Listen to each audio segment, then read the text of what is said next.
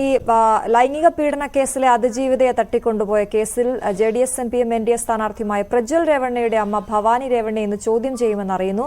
പ്രത്യേക അന്വേഷണ സംഘമാണ് ചോദ്യം ചെയ്യുക. ഇന്നലെ ബംഗളൂരു വിമാനത്താവളത്തിൽ വെച്ച് അറസ്റ്റിലായ പ്രജ്വൽ രേവണ്ണയെ 7 ദിവസത്തെ പോലീസ് കസ്റ്റഡിയിൽ വിട്ടിരുന്നല്ലോ. രാകേഷ്, ഏത് സാഹചര്യത്തിലാണ് ഈ ഭവാനി രേവണ്ണയെ ചോദ്യം ചെയ്യുന്നത്? ഒപ്പം കേസിന്റെ അന്വേഷണം അത് ഏത് രീതിയിൽ പുരോഗമിക്കുന്നു?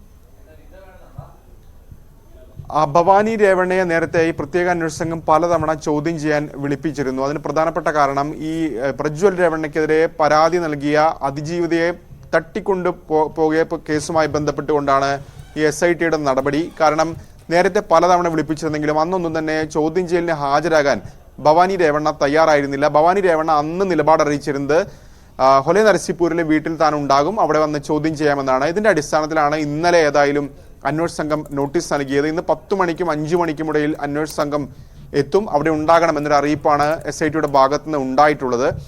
സമാനമായ കേസിൽ നേരത്തെ രേവണ്ണ, അതായത് HD രേവണ്ണ, ഭവാനി രേവണ്ണയുടെ ഭർത്താവ് HD രേവണ്ണയെ അറസ്റ്റ് ചെയ്തിരുന്നു. പിന്നീട് കോടതി ജാമ്യം അനുവദിച്ചു. അതിനെതിരെയാണ് ഇന്നലെ ഹൈക്കോടതി വിമർശനം ഉന്നയിച്ചത്, വാക്കാൽ ഒരു പരാമർശം നടത്തിയത്. അതായത് കീഴ്ക്കോടതി ഉത്തരവിൽ ഗുരുതരമായ തെറ്റുകൾ ഉണ്ട് എന്ന് പരാമർശിച്ചിരുന്നു. മാത്രവുമല്ല ഭവാനി രേവണ്ണയുടെ മുൻകൂർ ജാമ്യാപേക്ഷ തള്ളുകയും ചെയ്തിരുന്നു. അതിന് പിന്നാലെയാണ് ഏതായാലും പ്രത്യേക അന്വേഷണ സംഘം ഹൊലെ നരസിപ്പൂരിലെ വീട്ടിലെത്തുന്നതും ചോദ്യം ചെയ്യുന്നതും. ഒരുപക്ഷെ ഇന്ന് ചോദ്യം ചെയ്യലിന് ശേഷം വീണ്ടും ചോദ്യം ചെയ്യലിന് ഉണ്ടാകാനുള്ള സാധ്യതയും തള്ളിക്കളയാൻ കഴിയില്ല.